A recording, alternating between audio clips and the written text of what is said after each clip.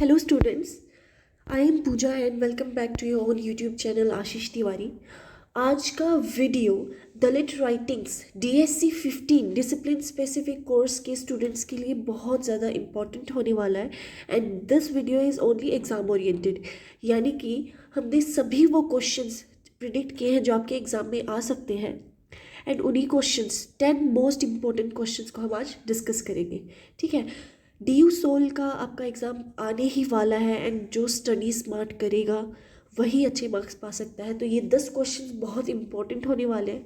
इनका आपके एग्ज़ाम के अंदर आना 90% पॉसिबल है और अगर आप इन सभी क्वेश्चंस को अच्छे से स्टडी कर लेंगे तो आपका 80 to 90% सिलेबस यहीं पर कवर हो जाएगा। ठीक है स्टूडेंट्स, आज की वीडियो के अंदर आपको एक स्पेशल गिव अवे ऑफर भी मिलेगा। आपको जैसे पता होगा कि यूजुअली जो आप नोट्स परचेज करते हो पर नोट आपको 45 रुपीज़ पे करना पड़ता है। ठीक है, लेकिन वीडियो के दौरान बीच में ही मैं आपसे कहीं पे भी 3 क्वेश्चंस पूछूंगी और उन क्वेश्चंस का जो भी सही आंसर देगा कमेंट में सबसे पहले उसको ये नोट्स फ्री ऑफ कॉस्ट मिलेंगे। ठीक है, लेकिन कंडीशन ये है कि ये जो नोट्स हैं ये सिर्फ 3 ही लोगों को फ्री ऑफ कॉस्ट मिलने वाले हैं। तो जो भी पर्सन सबसे पहले सबसे सही जवाब देगा उसी को ही ये गिव अवे ऑफर मिलने वाला है। बाकी कॉम्बो ऑफर चल रहा है, जो भी पर्सन एक से ज़्यादा नोट्स खरीदेगा उसको 40 रुपीज़ पर नोट्स पड़ेगा एंड जो 5 to 6 नोट्स खरीदना चाहते हैं उनको 5 नोट्स खरीदने हैं, एक आपको फ्री ऑफ कॉस्ट मिलेगा। ठीक है, तो हम स्टार्ट करते हैं। ठीक है, BA इंग्लिश ऑनर्स के सेमेस्टर 5 के स्टूडेंट्स के लिए है दलित राइटिंग्स। दलित राइटिंग्स चैप्टर। दलित कौन होते हैं? हमारी पहले की यानी कि जब हमारा रिवॉल्यूशन चल रहा था उस टाइम पे दलित्स वो होते थे जो नीची प्रजाति के लोग थे। नीची प्रजाति यानी कि जो लोअर कास्ट होते थे लोग, उनको दलित बोला जाता था। ठीक है, तो voice of resistance and resilience. Voice of resistance यानी कि उनके साथ जो भेदभाव किया जा रहा था उन्होंने उसको रेजिस्ट किया था, आवाज़ उठाई थी गलत उनके साथ जो हो रहा था उसके लिए। सबसे पहले क्वेश्चन पे आते हैं, how does Om Prakash Valmiki's Joothan reflect on the role of the education in imbuing Dalits with agency? Critically investigate Om Prakash Valmiki's Joothan as Dalit Bildungsroman. Okay, तो सबसे पहले हम इंट्रोडक्शन से स्टार्ट करेंगे। Om Prakash Valmiki's Joothan is a landmark work in Dalit autobiographical writing in Hindi literature. Hindi literature के अंदर जो है ये झूठन क्या होता है ये हम आगे पढ़ेंगे। ठीक है, इसके चैप्टर के हिसाब से it represents a powerful account on caste based operation and struggle of dignity in post dependence India. Independence यानी कि इंडिपेंडेंट इंडिया से पहले कास्ट ऑप्रेस्ड यानी कि नीची प्रजाति वाले लोगों को क्या क्या दिक्कतें झेलनी पड़ती थी, क्या क्या उनको स्ट्रगल रहे। डिग्निटी यानी कि सेल्फ रिस्पेक्ट, कैसे उनको रिस्पेक्ट, उनकी सेल्फ रिस्पेक्ट का जो है अनादर किया जाता था। ठीक है, central to the narrative of role of education as a means of self awareness, resistance and social mobility. उस टाइम पे एजुकेशन का क्या मतलब होता था? उस टाइम पे जॉब नहीं मिलती थी उनको कोई, वहाँ पर जो मेन पर्सपेक्टिव था एजुकेशन का वो जॉब के लिए नहीं था, वो था सेल्फ अवेयरनेस के लिए। ठीक है, resistance and social mobility. At the same time Joothan can be reflected as Dalit Bildungsroman. Joothan को जो है दलित बिल्डंगश्रोमन भी कहा जाता था। Tracing the protagonist's intellectual and moral development against the backdrop of systematic caste discrimination. Caste discrimination के बेसिस पर लोगों को जैसे ट्रीट किया जाता था, ये जो है ये उसका मोरल डेवलपमेंट था। ठीक है, थ्रू लिव्ड एक्सपीरियंस। ये क्या कहना चाहता है कि वाल्मीकि ने इस झूठन वाली चीज़ को उन्होंने खुद एक्सपीरियंस किया था। Demonstrates how education becomes a tool of agency rather than मियर assimilation. उस टाइम पे एजुकेशन कोई सिर्फ एक ऑब्जेक्टिव नहीं था जो लोगों को अचीव करना था, इट वॉज अ टूल। ये एक टूल था जो उनको आगे बढ़ने में हेल्प करता था। ठीक है, सबसे पहले education as a source of Dalit agency in Joothan के अंदर ये क्या सोर्स होता था? ठीक है, education as a source of Dalit agency in Joothan. Education in Joothan is not portrayed as a neutral और benevolent institution, instead it is deeply embedded in caste hierarchies. जो एजुकेशन है यहाँ पर वो कोई ऐसे नॉर्मल चीज़ नहीं थी उस टाइम पे, ठीक है, कोई बेनोवलेंट कोई न्यूट्रल चीज़ नहीं थी। Instead it is deeply embedded in caste hierarchies. Education का कास्ट हिरार्कीज में एक बहुत बड़ा रोल प्ले करता था, ठीक है। Valmiki's early school experiences are marked by humiliation, segregation, and violence, such as being made to sit separately and perform menial tasks. ये क्या कह रहे हैं कि वाल्मीकि जब स्कूल में जाते थे तो उनको ह्यूमिलिएशन क्या होता है कि बेइज्जती उनकी होती थी, उनको ह्यूमिलिएट किया जाता था, ठीक है। सेग्रीगेशन एंड वायलेंस, उनके साथ जो है अलग तरीके से बिहेव किया जाता, कभी कभी वायलेंट भी बिहेव। वायलेंट कैसे करते हैं, जैसे उनको पीटना हो गया, या फिर और एक सबसे नॉर्मल प्रैक्टिस क्या थी कि उनको सबसे अलग बैठना पड़ता था, ठीक है, उनको सबसे अलग बिठाया जाता था एंड परफॉर्म मेनियल टास्क्स, और उनसे काम करवाए जाते थे। अब हो सकता है शायद मान लो कि उनको जूते साफ करने पड़ते हो, इस तरह के एक्सपीरियंसेस उन्होंने अपनी बुक के अंदर शेयर किए हैं, ठीक है। Despite these obstacles education becomes a space where the narrator begins to question the legitimacy of caste oppression. ये सब जो है दिक्कतें झेलने के बावजूद एजुकेशन जो है एक वो जगह है, एक स्पेस बन जाता है where the narrator begins to question. ये ऐसा क्यों, एजुकेशन पे उन्होंने क्वेश्चन क्यों उठाया? देखो एजुकेशन सबके लिए सेम होती है, एक क्लास के अंदर बैठे सभी बच्चे एक ही चीज़ पढ़ रहे होते हैं, उनको सब अलग अलग नहीं पढ़ाया जाता है। फिर भी नैरेटर क्वेश्चन करता है कास्ट ऑपरेशन को कि अगर सबको सेम चीज़ पढ़ाई जा रही है, सभी बच्चे एक ही चीज़ पढ़ रहे हैं, तो ये कास्ट ऑपरेशन क्यों क्यों आप जो है कास्ट के बेसिस पे लोगों को डिफाइन करते हो, उनका जो बिहेवियर आपका उनके कास्ट के बेसिस पे डिपेंड करता है। Literacy provides access to the ideas of equality, justice and Ambedkarite thoughts, enabling the protagonist to articulate his suffering. Literacy education जो होता है ये एक आइडिया होता है, आपको एक्सेस मिलता है। सबसे पहला जो है इक्वल बनाने का तरीका क्या होता है, मैंने आपको अभी बताया कि क्लास के अंदर बैठे सभी बच्चे एक ही चीज़ पढ़ रहे होते हैं, उनके लिए अलग अलग नहीं होते हैं। यहाँ पे आइडिया क्या आता है इक्वालिटी का, कि हम सब सेम है, हम सेम चीज़ पढ़ रहे हैं। जस्टिस का, कि उन्हें भी हक है अपना जो है अधिकार पाने का। And Ambedkarite thoughts, Ambedkarite thoughts क्या होता है, थॉट्स ऑफ अम्बेडकर, ठीक है। इनेबलिंग द प्रोटोगनिस्ट, प्रोटोगनिस्ट क्या होता है, this the teller of the story to articulate his suffering. और ये सब देखकर कि एजुकेशन सबकी सेम है, आइडियाज सबकी सेम है, तो वो जो है अपनी सफरिंग को याद कर रहे हैं कि सब कुछ सेम होने के बावजूद भी उनको कैसे सबसे अलग ट्रीट किया जाता था, ठीक है। Education empowers Valmiki to challenge social norms and asserts his dignity, transforming him from a silent victim to a conscious subject. Education जैसे जैसे वाल्मीकि पढ़ते रहे, उनको जो है वो चैलेंज करने लगी सोशल नॉर्म्स को, कि हमें किताबें में तो ये पढ़ाया जा रहा है, बुक्स में आप ये पढ़ाए जा रहे हो कि सब सेम है, लेकिन सोशल जब वही चीज़ जब सोशली उसको जब लागू करने की बात आती है तो सबका जो है अलग अलग रिएक्शन होता है। वो अपनी डिग्निटी को, अपनी इज्जत को नहीं जाने देते हैं। Transferring him from silent victim to conscious subject.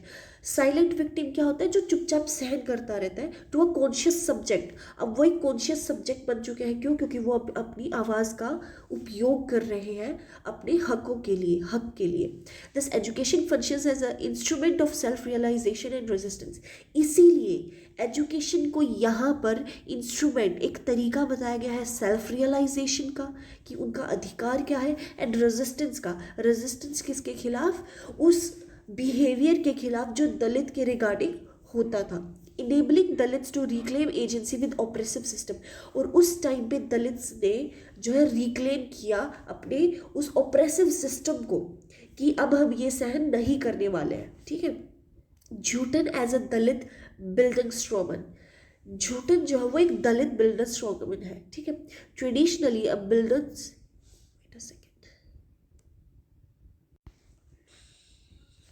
Traditionally, a Bildungsroman traces the development of an individual towards social integration. Jhutan revises this form from a Dalit perspective. Traditionally Bildungsroman का मतलब होता है कि आप सोशल लैडर पे कितना चढ़ रहे हो, आपका डेवलपमेंट क्या हो रहा है। लेकिन झूठन जो है इसको एक दलित पर्सपेक्टिव से देखता है, कि एक नॉर्मल पर्सन के लिए होता है सोशल लैडर पर क्लाइम करना, बट एक दलित के लिए सेम मतलब नहीं है। It is not same for the Dalit people. Valmiki's growth is not towards acceptance within mainstream society. Valmiki का ग्रोथ ये नहीं है कि वो एक्सेप्ट कर रहा है कि सोशली तो यही ही होता है, ठीक है, वो कोई आवाज़ नहीं उठा रहा है कि उसने एक्सेप्ट ही कर लिया कि हमारे साथ तो यही होगा, नहीं। वो जो है इसको रेजिस्ट करते हैं क्रिटिकल कॉन्शियसनेस के साथ, वो क्रिटिसाइज कर रहे हैं उसी चीज़ को। The narrative charts his emotional and intellectual and political development through the experience of caste violence and exclusion. Narrative जो है, जो नैरेटर है, वो उसकी इमोशनल स्टेज क्या है, वो इंटेलेक्चुअली क्या सोच रहे हैं, political development through the experiences of caste violence and exclusion, जो कास्ट के बेसिस पर उनके साथ वायलेंस हुआ था, जो उनके ऊपर हाथ उठाए गए थे, एंड एक्सक्लूजन कहाँ कहाँ से उनको निकाला गया था just because he was a Dalit, वो सब जो है यहाँ पर इंडिकेट करता है, ठीक है। Unlike classical buildings from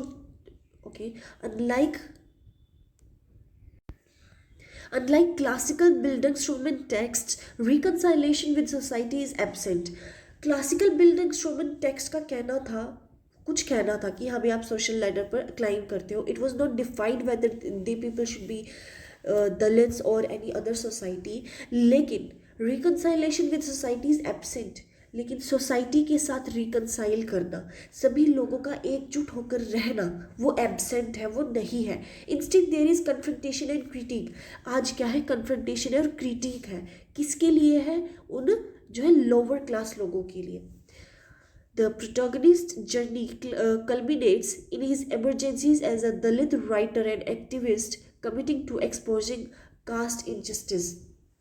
protagonist की जर्नी जो है कहाँ से शुरू होती है, उन्होंने अपनी emergencies as a Dalit writer की. एमरजेंसी यहाँ पे क्यों कहा गया है, क्योंकि राइट ना उनके साथ ये हो रहा है, उन्हें डर है कि कहीं ये चीज़ बढ़ ना जाए, ठीक है. और committed to expose caste injustice, और वो कमिटेड है कि वो इस कास्ट इनजस्टिस को जो है लाइट ऑफ द डे लेकर आएंगे, लोगों को बताएंगे कि हमारे साथ ये हो रहा है. In this sense Joothan represents a counter Bildungsroman where the growth entails resistance rather than conformity. Traditional Bildungsroman के अकॉर्डिंग होना चाहिए कि आप सब मिलके एक दूसरे को आगे लेकर बढ़ रहे हो, लेकिन यहाँ पर इसका मीनिंग बिल्कुल अलग हो चुका है, ठीक है. ग्रोथ सिर्फ एक पर्टिकुलर समय के लिए, मतलब कि पर्टिकुलर टाइप के लोगों के लिए हो रही है. कौन से, वो हाई क्लास पीपल, ठीक है. बट दलित जहाँ पर थे वहीं पर है. इनफैक्ट उनके साथ इतना ज़्यादा जो है इनजस्टिस हो रहा है कि वो उस लैडर से भी नीचे आ रहे हैं, ठीक है. Interplay of education and Dalit consciousness. Education in Joothan does not erase caste identity. Education होने से आपकी कास्ट आइडेंटिटी इरेज नहीं होती, ठीक है. जितना भी आप पढ़ लेंगे you will still remain a Dalit, ये इसके अंदर कहा गया है. Rather it sharpens awareness of structural inequality. Education जैसे जैसे आपको मिलती है, जैसे जैसे आपको पता लगता है कि आपके साथ ये गलत हो रहा है, वैसे वैसे आप स्ट्रक्चरल इनइक्वालिटी जो है और भी ज़्यादा आपकी शार्पन हो जाती है. यानी कि जो चीज़ें आज तक आप माइंड नहीं करते थे, कि हो सकता है उस टाइम पे दलित्स को जो है अच्छा खाना नहीं दिया जा रहा था, और काफ़ी सारे लोगों ने वो चीज़ एक्सेप्ट कर ली थी कि हमें ऐसा ही खाना मिलेगा. लेकिन जैसे जैसे उन्होंने पढ़ना स्टार्ट किया और जैसे जैसे उनको पता लगा कि और भी ज़्यादा ये उनके साथ गलत हो रहा है, तो ये जो है उनकी इनइक्वालिटी को जो शार्पन कर देता है कि अब वो बात उनको और ज़्यादा चुभने लग गई है. पढ़ने से पहले शायद उनको फ़र्क नहीं पड़ता था, लेकिन पढ़ने के बाद अब जब उनको पता लगता है कि उनके साथ कितना अन्याय किया जा रहा है, अब उनको उस चीज़ से बहुत ज़्यादा फर्क पड़ता है. The narrative shows how education can reproduce oppression while simultaneously offering tools to challenge it. Narrator कहना चाहता है कि कैसे जो है एजुकेशन की मदद से आप ऑपरेशन कम कर सकते हो, while simultaneously offering tools to challenge it. Oppression आप कम कर सकते हो, लेकिन साइमल्टेनियसली वो हमें टूल्स दे रहे कि वो चैलेंज करें कि क्यों ही इस ऑपरेशन को हटाया जाए, क्यों ही इन लोगों को इतना ज़्यादा छूट दिया जाए. Valmiki's success highlights the limitation of individual progress within deeply unequal social order. Valmiki एक दलित होने के बावजूद उनका सक्सेसफुल होना हाईलाइट करता है लिमिटेशंस ऑफ इंडिविजुअल प्रोग्रेस, कि उनको इतना टाइम लगा, क्यों लगा, क्योंकि उनकी इंडिविजुअल प्रोग्रेस कम थी with in a deeply unequal social order. Unequal जो है लोगों को जो है उनका व्यवहार किया जा रहा है, उनको अलग अलग ट्रीट किया जा रहा है। उनके दौरान वाल्मीकि का सक्सेसफुल होना इंडिकेट करता है कि कैसे इंडिविजुअल प्रोग्रेस वहाँ पर थी। His transformation underscores the collective responsibility of education. उनका जो बदलाव है, उनका जो सक्सेसफुल होना है, उन्हें वो जो किस चीज़ को इंडिकेट करता है, collective responsibility of education to address historical injustice. ये सिर्फ एक पर्सन का ही नहीं, ये पूरी कलेक्टिव रिस्पॉन्सिबिलिटी है उन सभी पढ़े लिखे लोगों की जो इस हिस्टोरिकल इनजस्टिस, हिस्टोरिकल क्यों कहा गया है, क्योंकि ये लंबे समय तक ये चल रहा है, तो हिस्टोरिकल इनजस्टिस को जो है वो एड्रेस करे, लाइट में लेके आए। Thus, education becomes a political act enabling the formation of Dalit identity rooted in self-respect and collective struggle. ठीक है, आई होप आप कंक्लूजन लिख लेंगे। बेसिकली आपको समराइज करके अपना कंक्लूजन लिखना होता है, ठीक है। ओके, क्वेश्चन नंबर 2 पर आते हैं। Right a short note on the politics of friendship in the grip of change. ठीक है, right a short note on how personal relationships reflect social and political change in the grip of change. Introduction. Saghals, The Grip of Change is a socially engaged novel that explores the impact of political and social transformation to personal relationships. Saghals का The Grip of Change ये है एक socially engaged novel है जो कि explore करती है the impact of practical and social transformation. ठीक है, set against backdrop of post independence India. ये भी पोस्ट इंडिपेंडेंस यानी कि इंडिपेंडेंस से पहले की किताब है, इंडिपेंडेंस से पहले की ये बातें हैं। The novel examines how changing political ideologies. Novel का कहना है कि अगर आप पॉलिटिकल आइडियोलॉजीज को, क्लास स्ट्रक्चर को और जेंडर रोल्स को चेंज कर देते हैं, शेप इंटरपर्सनल बॉन्ड, और ये चीज़ें इंटरपर्सनल बॉन्ड को रिफ्लेक्ट करती हैं। Friendship and personal relationship in the novel are not merely private matters. Friendship और पर्सनल रिलेशनशिप का नोवेल में होना ये कोई मियरली प्राइवेट मैटर नहीं है, बट डीपली पॉलिटिकल है। इन सब का जो है पॉलिटिक्स से बहुत ज़्यादा लेना देना है, reflecting the broader process of social change. Main body. Politics of friendship in the grip of change. Friendship in the grip of change is influenced by ideological differences, social status and political commitments. ठीक है, relationship between characters are shaped by their responses to social reform and political change. ये सब जो है relationship जो है वो characterise की जाती है, शेप की जाती है response to social reform. Relationship कब बनती है, जब आपकी सोच एक जैसी हो। वैसे ही जब आपका रिस्पॉन्स सिमिलर होता है तब आप जो एक रिलेशन जो है फॉर्म करने लगते हो, पॉलिटिकल चेंज लाते हो। Friendships often break down when personal interest clash with political ideals. Friendship जो है वो खत्म हो जाती है जब पॉलिटिकल इंटरेस्ट और personal interest and political ideas उनका क्लैश होने लगे, उन दोनों की सोच ना मिलती हो। The novel shows how political awareness introduces tension and conflict into previously stable relationships. Friendships become a site where power and privilege and resistance are negotiated. Friendship को यहाँ पर politics के साथ जो है similar बनाया गया है। क्यों? जहाँ पर पावर, प्रिविलेज और रेजिस्टेंस को नेगोशिएट किया जाता है, कि यहाँ पर नेगोशिएट करेगा कि अगर मेरे पास पावर है और इस पर्सन के साथ कोई एक्स चीज़ है जो इसे चाहिए, तो नेगोशिएट करेंगे कि तुम मुझे दो मैं तुम्हें दूंगा। तो ये एक बिजनेस बन चुका है, फ्रेंडशिप को यहाँ पर बिजनेस बोला गया है। तो this friendship is portrayed as political space rather than purely emotional bond.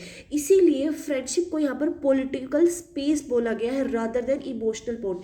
यहाँ पर कोई इमोशनल बॉन्ड नहीं है, ये एक एक्सचेंज हो गया है, ये एक तरह का बिजनेस हो गया है। Personal relationships as reflection of social and political change. Personal relationships in the novel mirror the transformation of Indian society. Personal relationships की हेल्प से ये एक नोवल मिरर है, ये मिरर की तरह काम कर रहा है, ये हमें रिफ्लेक्ट कर रहा है, बता रहा है कि इंडियन सोसाइटी कैसे ट्रांसफॉर्म हुई है over the years. Changing gender roles after martial marital and emotional relationship, especially women's search for autonomy. Traditional hierarchies based on class and patriarchy are questioned through interpersonal conflicts. Interpersonal conflicts के अंदर जो है question किया जा रहा है patriarchy क्या होता है? Male dominated society. Emotional alliances reflects the uncertainty and instability of a society in transition. Relationship exposes the contradiction between novelists, nationalists, and ideals and lived realities. Through these relationships, Sanghal criticizes the incomplete nature of social transformation in post-colonial India. Interconnection of personal and the political. The novel highlights that the personal choices are shaped by political context. Personal choices जो है वो इसलिए नहीं लेते थे कि उन्हें कोई चीज़ पसंद है, बट उनके पॉलिटिकल कॉन्टेक्स्ट को लेकर कि ये चीज़ मुझे पॉलिटिकली कैसे फ़ायदा देगी. Individual relationships become expressions of ideological alignment और resistance.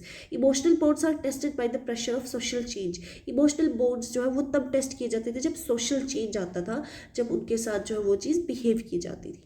The personal sphere becomes a microcosm of national transformation. How does Dalit writing addresses the issue of crisis of caste in modern India? Dalit writings को जो है वो कैसे address करती है crisis of caste in modern India. Modern India के अंदर भी कैसे कास्ट एक बहुत बड़ा रोल प्ले करती है, वो दलित राइटिंग्स के अंदर कैसे एक्सप्रेस किया जाता है. Critically examine Dalit writings in the light of dialectics of dominance and resistance. Dalit writings has emerged as a powerful literacy and political movement in modern India, foregrounding the lived experiences of communities historically marginalized by the caste system. Dalit writings जो है वो एक powerful literary and political movement modern India के अंदर कहलाई है. ठीक है, ये फोरग्राउंड करती है, ये एड्रेस करती है lived experiences of communities historically marginalized by caste system. Caste system ने कैसे हिस्टोरिकली जो है मतलब कि जहाँ पर उनके साथ ये सब किया जाता था वो एड्रेस कर रहा है. It challenges the dominant narrative of Indian society by exposing the persistence crisis of caste despite the constitutional equality and social reform. At the same time Dalit writings can be critically examined through the dialects of dominance and resistance. It confronts structure of power while articulating voices of protest, self-respect and emancipation. Main body. First, Dalit writings and the crisis of caste in modern India. ठीक है, Dalit literature directly addresses the continuance, relevance and crisis of caste in contemporary India. आज के time पे भी India के अंदर cast का कितना बड़ा रोल है वो यहाँ पे एड्रेस किया जा रहा है दलित राइटिंग्स के अंदर. It reveals how caste oppression persist in everyday life despite legal safeguards and modernization. Modern हो गई है सोसाइटी, बहुत सारी चीज़ें बदल गई है, लेकिन आज भी कास्ट के बेसिस पे कैसे लोगों के साथ बिहेव किया जा रहा है ये चीज़ डिफाइन कर रहा है दलित राइटिंग्स. दलित राइटिंग्स जो बहुत साल पहले लिखी गई थी, आज भी जो वहाँ पर लिखा गया है किसी न किसी स्टेटमेंट पे it holds true. Narrative highlights exclusion from education, employment and social dignity. Narrator ये हाईलाइट कर रहा है, जो बातें लिखी गई है वो हाईलाइट कर रही है कि उनको निकाल दिया जा रहा है, दलित्स को अलाउ नहीं किया जा रहा है एजुकेशन, एम्प्लॉयमेंट उनको नौकरी नहीं दी जा रही है, सोशल डिग्निटी सोशली जो उनको रिस्पेक्ट मिलनी चाहिए वो उनको नहीं मिल रही है as a person. The literature exposes the hypocrisy of a society that claims progress while sustaining caste hierarchies. Personal testimonies transform the private suffering into the collective critique, making a caste a public and political issue. Personal testimonies जो अपनी suffering बता रही है, जो उन्होंने खुद experience की है, वो अब एक जो है पब्लिक एंड पॉलिटिकल इशू हो गया है, वो सिर्फ एक पर्सन की बात नहीं रही है, क्योंकि कलेक्टिवली सभी के साथ ऐसे ही बिहेव किया जा रहा है। Dalit writings questions the myth of casteless modern India. ये दलित राइटिंग्स आज के टाइम पे भी कास्टलेस मॉडर्न इंडिया को चैलेंज कर रही है। Dialects of dominance in Dalit writings.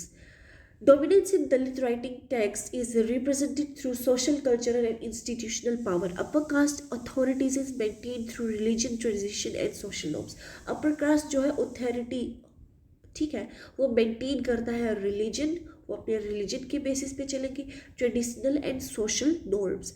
Language and literary canons reflect the dominant ideologies that may marginalize the Dalit voices. State institutions often fail to dismantle deeply entrenched caste structure. जो state institution है, यानी कि जो law है, वो आज भी इस डिस्क्रिमिनेशन को नहीं हटा पाया है। Everyday practices of humiliation reinforce the dominance eight micro level. रोज़मर्रा की ज़िंदगी में उन्हें जो बेइज्जती महसूस होती है, वो दोबारा से इस डोमिनेंस को, इस कास्ट के बेसिस पे हुई डोमिनेंस को दोबारा रिफ्लेक्ट कर रही है। Dalit writings exposes these mechanisms to reveal how dominance is normalised. और दलित राइटिंग्स इस चीज़ को बहुत साल पहले ही उन्होंने बता दिया था कि आज के टाइम पे भी कैसे ये डोमिनेट करती है उस हिरार्की को, उस कास्ट बेस्ड ऑपरेशन को। Resistance and assertion in Dalit writings. Resistance और असर्शन जो उन्होंने दलित राइटिंग्स के अंदर अपना रिप्रेजेंट किया है। Resistance is central to Dalit literature and operates at multiple levels. Writing itself becomes an act of resistance against cultural exclusion. Writing जो है वो खुद में एक एक्ट ऑफ रेजिस्टेंस हो जाता है अगेंस्ट कल्चरल एक्सक्लूजन में। Dalit authors reject the romanticised narratives and insist on realism and truth. Dalit author जो है वो इस रोमांटिसाइज्ड नैरेटिव को नहीं मानते हैं और वो इंसिस्ट करते हैं कि हमें रियलिज्म और ट्रूथ बताओ, हमें सच बताओ। इस चीज़ को कोई रोमांटिसाइज करके, कोई शुगर कोट करके नहीं चाहिए। Influenced by Ambedkarite thoughts, Ambedkar की थॉट्स को ध्यान में रखते हुए, उनकी बातों से इन्फ्लुएंस होते हुए, texts emphasize education and self respect and collective struggle. जो है ये टेक्स्ट है एम्फसाइज करते हैं, ये बताते हैं एजुकेशन, सेल्फ रिस्पेक्ट और कलेक्टिव स्ट्रगल, उनको कैसे जो है सहन करना पड़ा उस चीज़ को। Assertion of identity replaces silences with speech and submissive with defiance. Resistance in Dalit writings is both personal and political. Transformation of literary form and aesthetics. Dalit writings also resist dominance by redefining literary norms. It challenges elite literary standards and rooted in upper caste experiences. ये challenge कर रहा है कि कैसे upper caste के experiences अलग हैं हमारी, उनको कहीं ना कहीं उनको उनका पढ़ने का तरीका भी बहुत अलग था। Autobiography and testimony becomes a की फॉर्म ऑफ एक्सप्रेशन। ऑटोबायोग्राफी और टेस्टिमनी जो है वो एक की फॉर्म बन जाता है उनकी एक्सप्रेशन का। Language is direct, raw and rooted in lived reality rather than aesthetic ornamentation.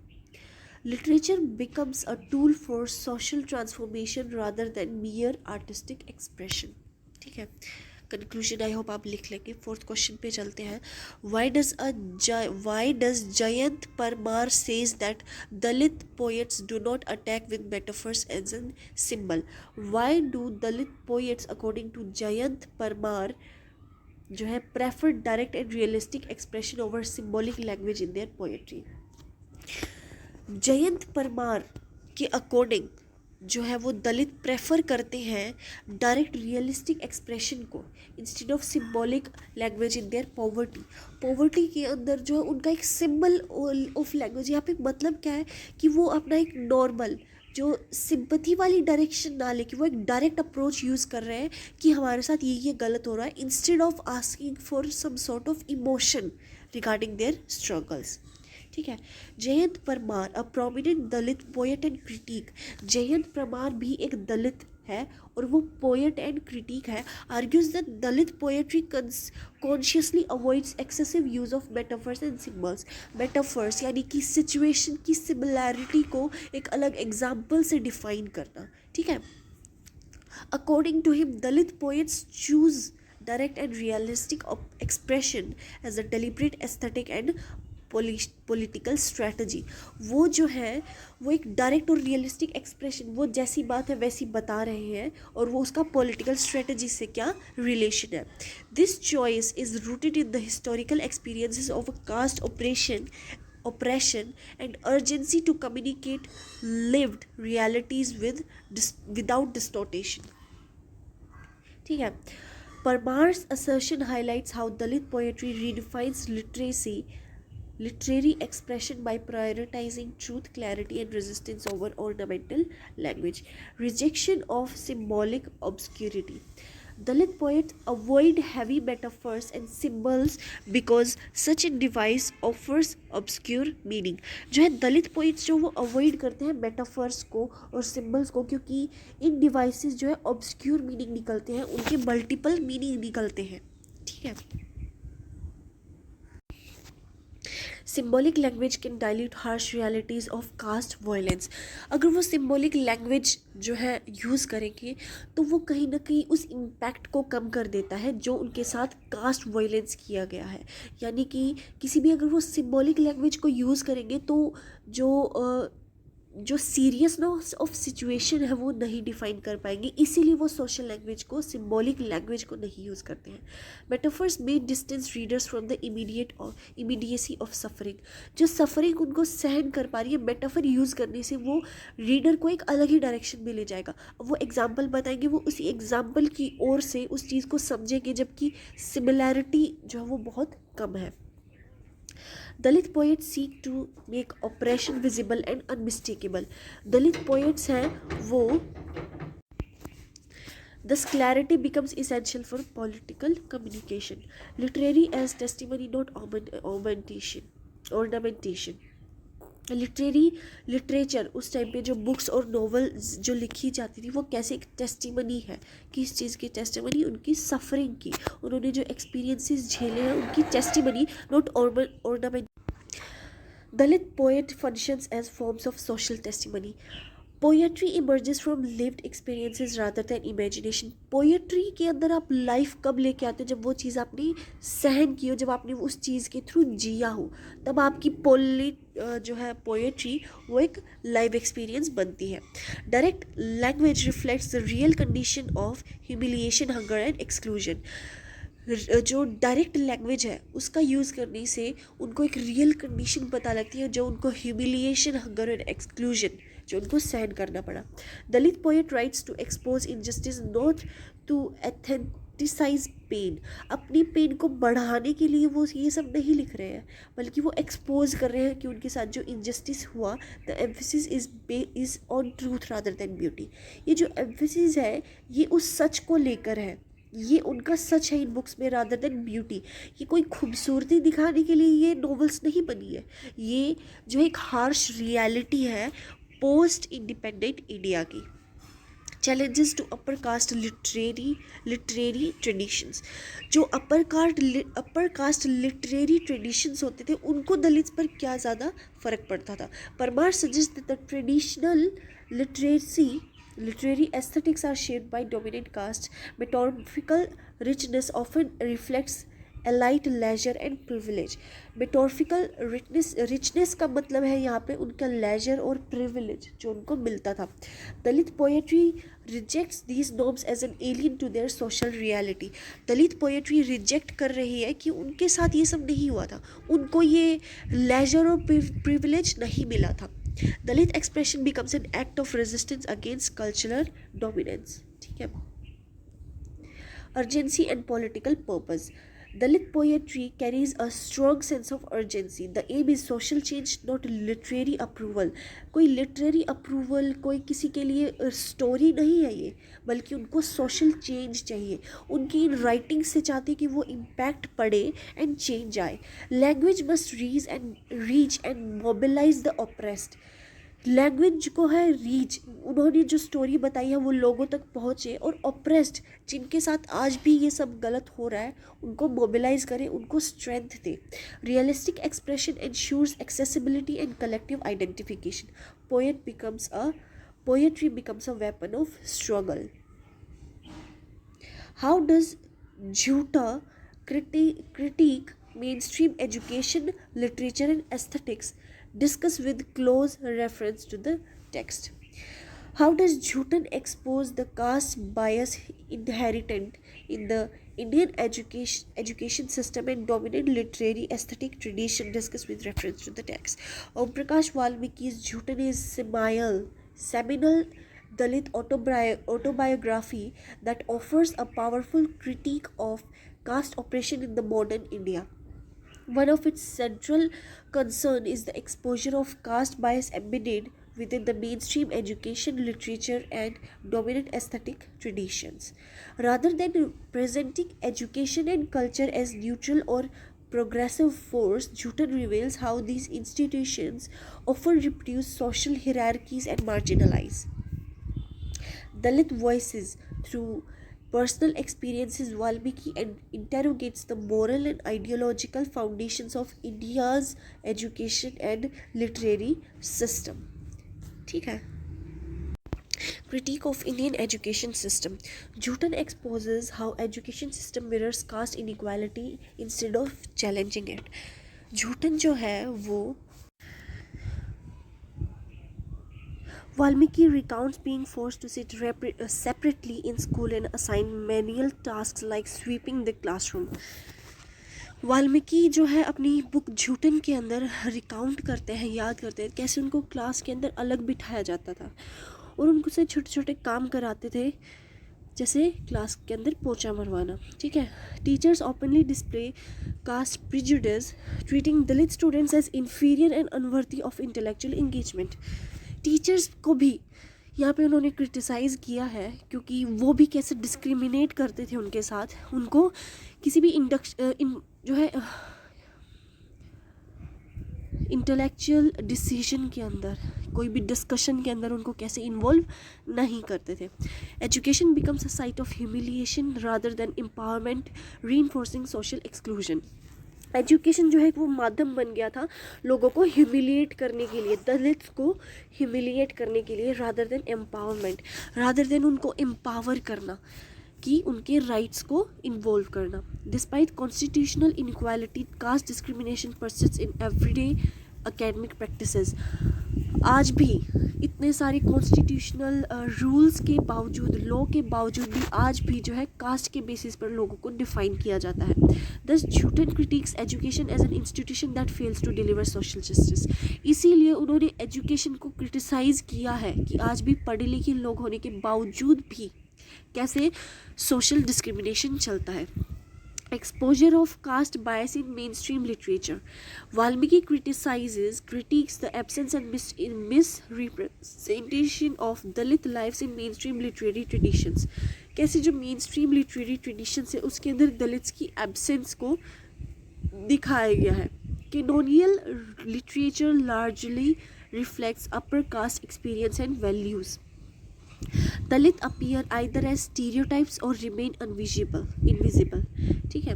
Literary culture celebrates the aesthetic refinement while ignoring social suffering.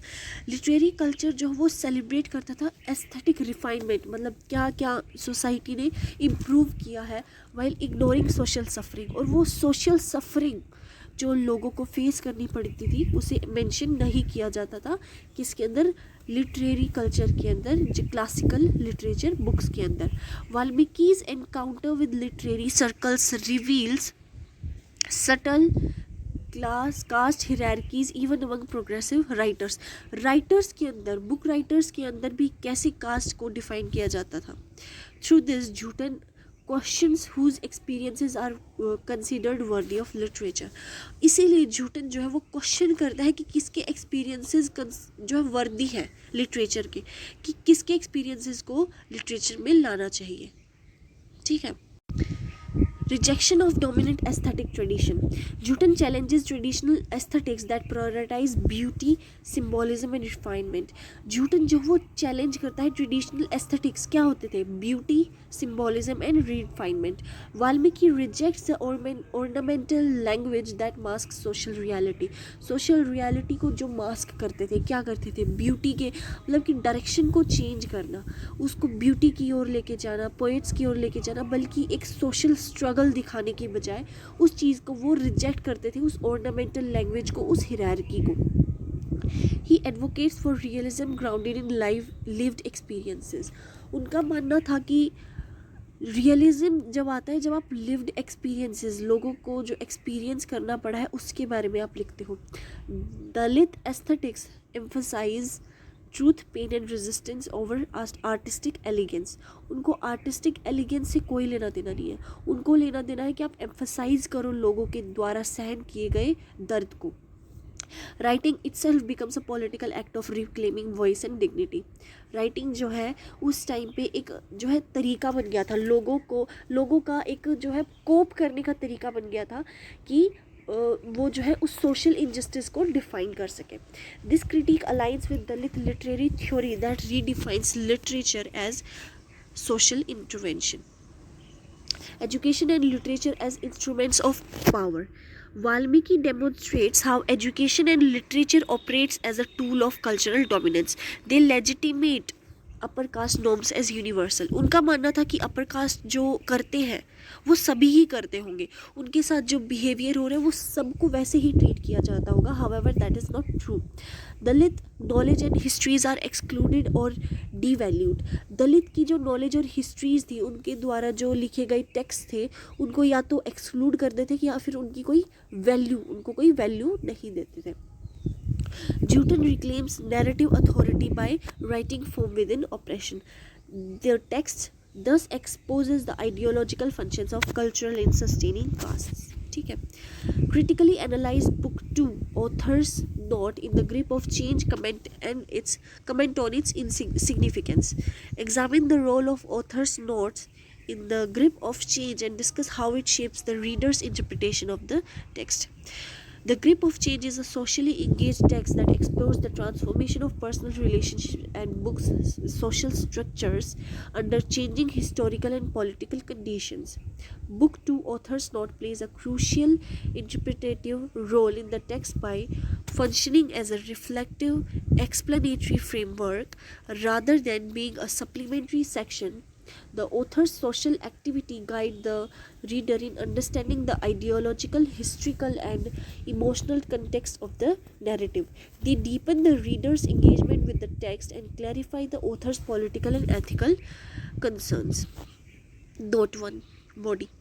So, author's note as a meta-narrative tool. The author's note operates as a meta-narrative that comments upon the main narrative. They provide insights into the author's intentions and thematic concerns.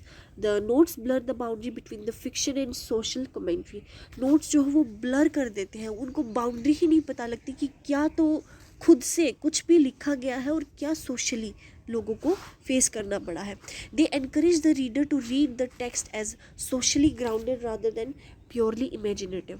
वो जो है readers को encourage करते हैं कि ये text कितनी socially grounded है रादर देन प्योरली इमेजिनेशन, और कितनी प्योरली इमेजिनेशन के ऊपर बेस्ड है.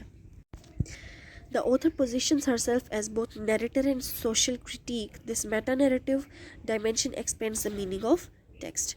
Historical and social contextualization. One of the most significant functions of book 2 is to contextualize the narrative. Narrative को जो है कॉन्टेक्स्ट के बेसिस पे बताना, जो सोशली ट्रू है उसके बेसिस पर डिफाइन करना. The notes situate the personal stories with broader social change. Notes जो है वो सिचुएट करते हैं पर्सनल स्टोरीज़ को, वो जो स्टोरीज़ उनका सोशल नॉर्म से क्या लेना देना है. They highlight shifts in class, gender relations and ideological positions. Social transformation is presented as gradual, complex and ऑफर कॉन्ट्रडिक्टरी. सोशल ट्रांसफॉर्मेशन जो लिखा गया है, ठीक है, वो कैसे कॉम्प्लेक्स है और ऑफन कॉन्ट्राडिक्टरी है रियल सिचुएशन से. जो लिखा गया है कैसे वो कॉन्ट्राडिक्ट करता है, यानी कि जो सही नहीं है according to the reality. The reader is made aware of the socio political forces shaping individual choices. कैसे हर एक इंसान की चॉइस जो है उसके सोशल पॉलिटिकल फोर्सेज पे डिपेंड करती है. Shaping readers interpretation. The author's notes actively shape how the reader interprets and characters and events. They prevent a simplistic or purely emotional reading of the text. Readers are guided to understand motivations in terms of social pressure. The notes foreground the ethical dilemmas faced by characters. Ambiguity यानी किसी situation को एक सही वे में नहीं दिखाना. Like जो actual condition है वो ना बताकर एक एम्बिगुअस आंसर देना, यानी कि जिससे ना तो हमें कुछ पता लग रहा है बट आंसर दिया गया है. Ambiguities in the narrative are clarified through reflective commentary. ठीक है, this ensures a critical rather than passive engagement with the text. Reinforcing the theme of change. The central theme of change is reinforced through the author's notes. Change is shown to be uneven and contested. Personal relationships reflect their larger ideological transformation. The author emphasizes continuity alongside change. The notes underscore the tension between the tradition and modernity. In this way, the author's notes deepen the thematic complexity of the text. Political and ethical significance. The author's note underline the political dimension of the grip of change. They assert the responsibility of literature to engage within social realities. The author's voice become a moral guide within being prescriptive. Readers are invited to reflect on their own social positions. ठीक है, thus the notes transform the text into the space of ethical inquiry. Critically examine how the caste and patriarchy operate as a disciplinary power in the grip of change. How does the grip of change portray caste and gender as an interlinked system of control and social regulation? The Grip of Change is a socially conscious text that explores how structures of power regulate the individual lives within a transforming society. Among the most dominant forces shaping social behavior in the text are caste patriarchy. Caste और patriarchy एक बहुत ही बड़ा major role play करती है the grip of change में, which functions not merely as social identities but disciplinary system of control. कि कैसे control किया जाता था उनके ऊपर. The narrative demonstrates how caste hierarchy and gender norms operate together to discipline bodies, regulate relationships, and maintain social order. By portraying these forces as interlinked, the text reveals the mechanism through which social conformity is enforced and resistance is constrained. Caste as a disciplinary structure. It determines social status, occupation, and acceptable behavior. Characters internalize caste norms leading to self-discipline and fear of social punishments. उनको punishment कौन देता था? एक तो patriarchy और एक patriarchy and disciplinary system of control. ठीक है. Social mobility is restricted through rituals, customs, and everyday practices. Transgression of caste boundaries invites exclusion, humiliation, or moral condemnation. Thus, caste functions as an invisible yet powerful force shaping the individual conduct. Patriarchy as a mechanism of control. Patriarchy in the text regulates women's bodies, desires, and roles. Patriarchy mail dominated society जो है text के अंदर वो regulate क्या कर रही है women की बॉडीज़ को, desires and roles.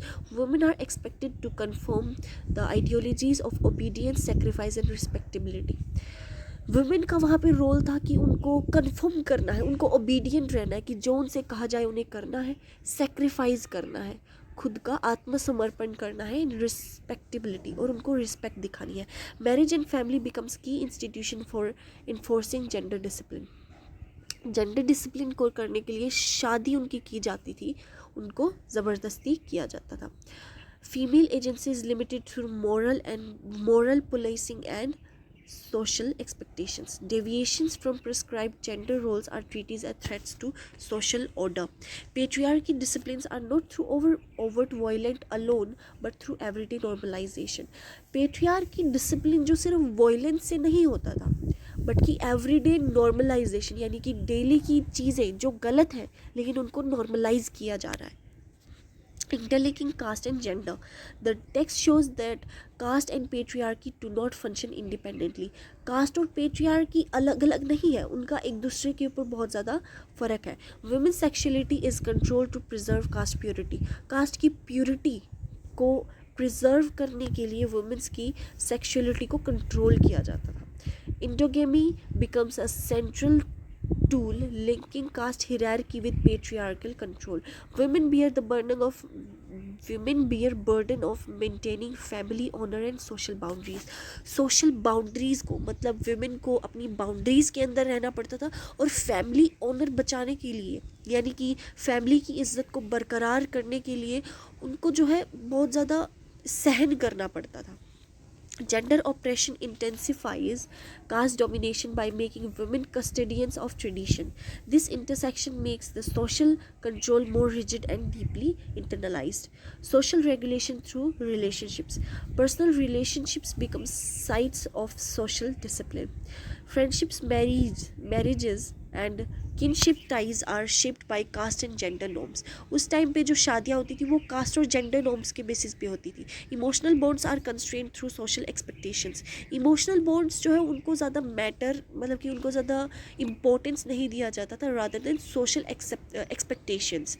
Choices are just on not on individual happiness but on social legitimacy. Socially उनकी हर एक चॉइस जो है वो सोशल स्टैंडर्ड्स को मेंटेन करके की जाती थी. Thus private life is politicized and regulated. Resistance and limits of change. While text acknowledges social change, it also highlights its limits. Attempts at resistance are often partial and fraught within compromises.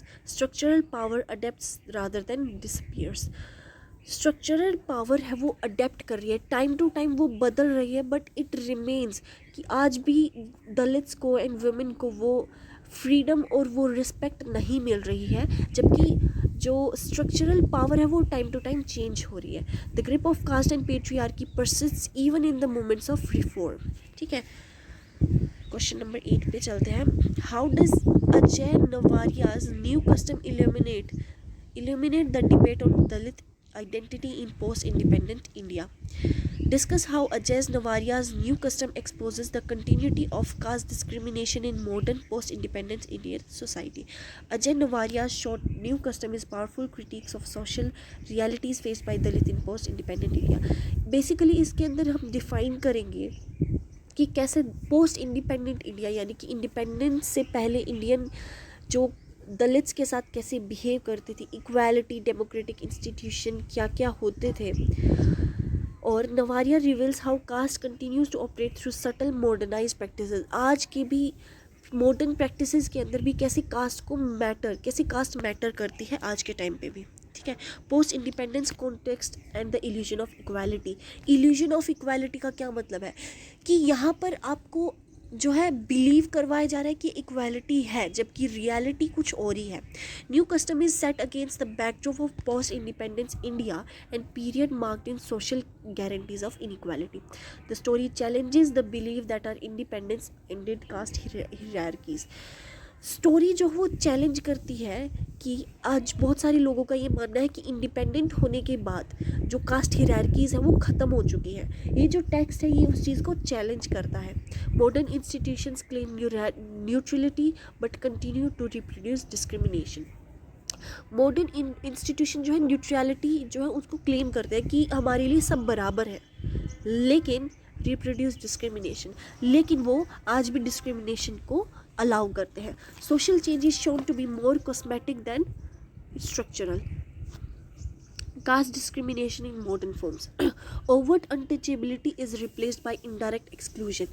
पहले के ज़माने में post independence India के अंदर untouchability करते थे. Untouchability का क्या मतलब है? दलित लोगों को छूना नहीं है. उनको छूने से ये उनका मानना था कि कुछ भी जो उनको अनटचेबिलिटी रखते थे. और आज वो चेंज कैसे हो गया? पहले उसको अनटचेबिलिटी करते थे कि अब इसको छू नहीं सकते, और अब करेंगे इंडायरेक्ट एक्सक्लूजन. अब उन लोगों को इंक्लूड करना ही बंद कर दिया है. Language and behaviour becomes tools of subtle marginalisation. Language और बिहेव आप कैसे करते हो उन लोगों के साथ, वो एक नया मार्जिनलाइजेशन बन गया है. New customs legitimate old hierarchies under modern pretense. Dalit identity and social alienation. Dalit characters experience humiliation and social invisibility. Dalit characters को बेइज्जती तो उनकी करते ही थे, लेकिन सोशली इनविजिबल उनको फील करवाया जा रहा है कि आज के टाइम पे जो भी डिसीजंस होंगे वो उनकी कंडीशन के बेसिस पर नहीं होंगे, उनको इनविजिबल कर देते हैं. Identity becomes a site of internal conflict and resistance. The pressure of assimilate conflicts with the need of for dignity and self respect. Critic of middle class morality. Liberal values coexist with caste prejudice. Progressive self-images mask the discriminatory practices. Moral superiority is used to justify exclusion. Continuity of caste power. Social practices reinforce caste boundaries despite legal reforms. Legally इन चीज़ों का जो है खिलाफ होते हुए भी आज भी सोशल प्रैक्टिसेस रीइंफोर्स कर रही है, इंक्लूड कर रही है कास्ट बाउंड्रीज को. Discrimination persists within families, neighbourhoods and institution. ये कोई लार्ज बेसिस पे डिस्क्रिमिनेशन नहीं होता है, बट छोटे छोटे तरीक़ों में, कैसे फैमिलीज़ के अंदर, नेबरहुड्स के अंदर. Change is resisted through the normalization of exclusion. Political implication of new custom.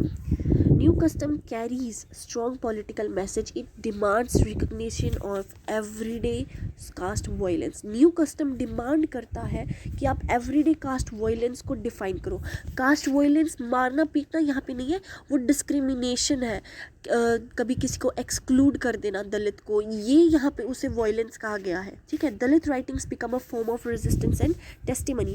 ये उनका एक testimony हो गया, ये उनका एक vocal सबूत हो गया है, उनकी टेस्टिमनी है कि आज भी वो डेफिनेटली श्योर है ये सब चीज़ें हो रही हैं. ठीक है. How does black ink shed light on Dalit subtlerity in the mainstream politics? Explain how black ink critiques the marginalization of Dalit voices within Indian mainstream political link system. Black ink is a significant Dalit text that interrogates the relationship between Dalit communities and Indian mainstream political system.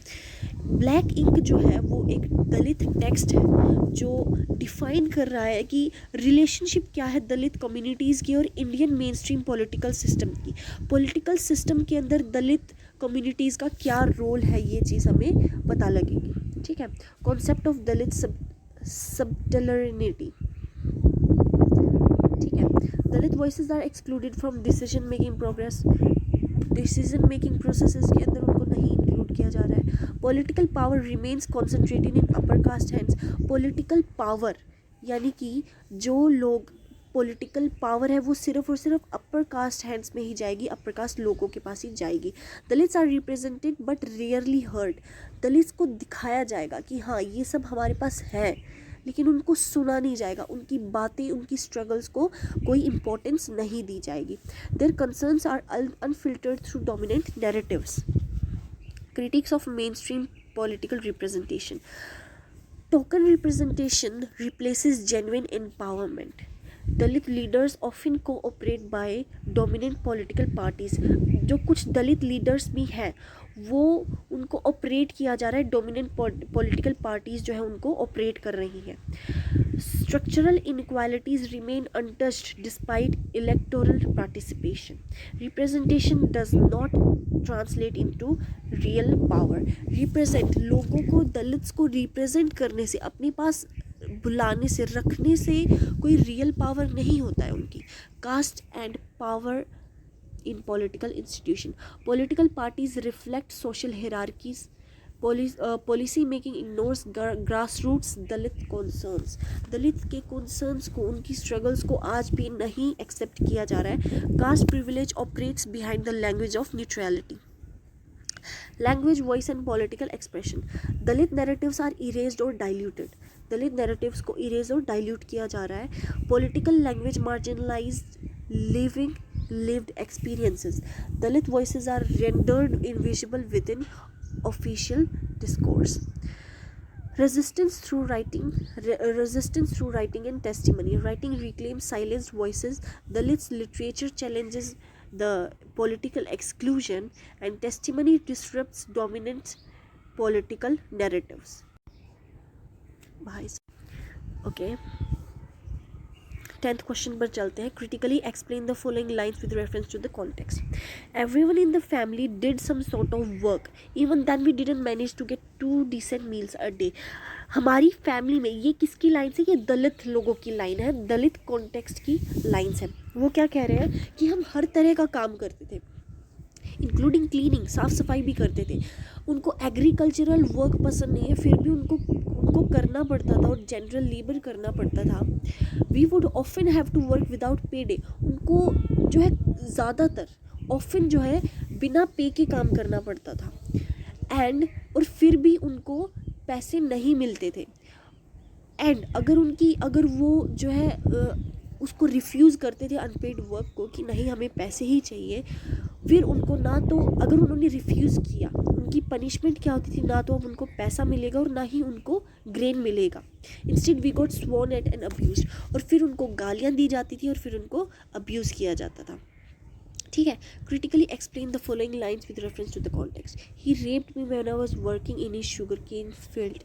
I remained silent, after all he is my paymaster. He measures my rice. If you think I am like that I am easy, please ask around in the village. This is disaster. Okay. इस line का क्या मतलब है? Dalits के साथ कैसे behave किया जाता था, दलित लेडीज़, दलित लड़कियाँ. It is not about the ladies only, छोटी छोटी लड़कियों के साथ भी कैसे बिहेव किया जाता था. उनको रेप किया जाता था शुगर केन जो है गन्ने के खेत में, और फिर भी वो चुप रहती थी, वो किसी को बोल नहीं सकती थी. क्यों? क्योंकि वो पे मास्टर है. वो मेरा राइस मेजर करता है कि उसे उस दिन का खाना उसी बेसिस पे मिलता था. If you think I am like that, वो लड़की कह रही है कि अगर तुम्हें लगता है कि मैं इतनी ही आसान हूँ, मेरे साथ कोई कुछ भी कर जाए, then please ask around the village. Village के अंदर पूछो. The given extract comes with the Dalit narratives that expose the harsh realities of caste-based exploitation and gendered violence in the Indian society. Both passages foreground the lived experiences of Dalit communities, highlighting how economic deprivation, caste hierarchy and social power operates together to sustain oppression. Main body. Contextualize the first extract. The families perform various types of work including agricultural labor and cleaning. Despite constant labor, उनको भूख का सामना करना पड़ता था क्योंकि unpaid work था, पैसे नहीं मिलते थे, और ना ही अगर उन्होंने उस चीज़ को एक्सेप्ट नहीं किया, उन्होंने अगर आवाज़ उठाई तो फिर उनको ग्रेन भी नहीं मिलता था. काम करने के बावजूद उनको भूखा सोना पड़ता था. In Tagaj a dominating caste group exploit Dalit labour through unpaid work. Tagaj क्या है? ये एक डोमिनेंट कास्ट ग्रुप है. Refusing to work without payment leads to verbal abuse and humiliation. ठीक है. अब इसका क्रिटिकल सिग्निफिकेंस क्या निकलता है? The extract highlights about forced labour disguised as social obligation. Forced labour, ज़बरदस्ती उनसे काम करवाना. Economical exploitation is reinforced by caste hierarchy. Hunger becomes a tool of control. The denial of wages reflects the structural violence rather than individual cruelty. The assault occurs within the workplace setting. यानी कि जो employer है वही जो है assault कर रहा है. The perpetrator holds the economic power over the victim. जो एम्प्लॉयर है उसके पास ही पावर है, और वो जो है परपिट्रेटर कौन होता है? जो गिल्टी होता है, guilty of the charge. Silence is impose through fear of losing livelihood. और चुप क्यों है वो लड़की? क्योंकि लूजिंग लिवलीहुड, क्योंकि अगर उसने आवाज़ उठाई तो उसको ग्रेन नहीं मिलेगा. लूजिंग लाइवलीहुड, वो उसे खाना नहीं मिलेगा और जहाँ से हंगर होगा। The women's dignity is question despite her victimhood. Women की डिग्निटी को क्वेश्चन किया जा रहा है कि इज शी दैट ईजी, क्या वो इतनी ही आसान है? विक्टिम है वो, उसके साथ ये सब किया गया है। She did not agree, she did not consent to this, लेकिन फिर भी उसकी डिग्निटी को क्वेश्चन किया जा रहा है कि तुम में ही कोई ना कोई बात थी। Sexual violence is used as an instrument of dominance. Patriarchy and caste operate together to silence Dalit women. Economic independence prevents accused access to the justice. Economic dependence, उनका खाना ही उन अपर कास्ट लोगों के बेस डिपेंड करता था। वो काम करेंगे तभी उनको खाना मिलेगा, तो वो जस्टिस तो बहुत दूर की बात है। ठीक है, वो अपने उस खाने को लेकर ही, अपनी अगली मील की ही टेंशन में रहते थे, तो वो जस्टिस तक कहाँ ही पहुँचते। The victim's testimony challenge stereotypes of Dalit women as available. और विक्टिम की टेस्टिमनी को, is she that easy, am I that easy, जब वो बोल रही है तो वो क्या कह रही है कि जब वहाँ पे स्टीरियोटाइप, उस टाइम पे लोगों का क्या मानना था कि जो दलित वुमेन है वो अवेलेबल है उनके लिए, वो जो चाहे उनके साथ कर सकते हैं। Common themes: structural exploitation rather than isolated justice, silencing of resistance, normalization of abuse, dehumanization of Dalit bodies and labor. ठीक है, conclusion, तो conclusion आई होप आप लिख लेंगे। इस वीडियो का यहीं पर हम एंड करेंगे। ठीक है, ये 10 क्वेश्चंस बहुत ही ज़्यादा इंपॉर्टेंट हैं, जैसा आपने देखा होगा कि क्वेश्चंस जो एक दूसरे से इंटर रिलेटेड है। ठीक है, तो आई होप आपको समझ में आएगा। अगर आपको समझ में आया हो तो इस वीडियो को लाइक और चैनल को सब्सक्राइब ज़रूर करना। All the best for your exam.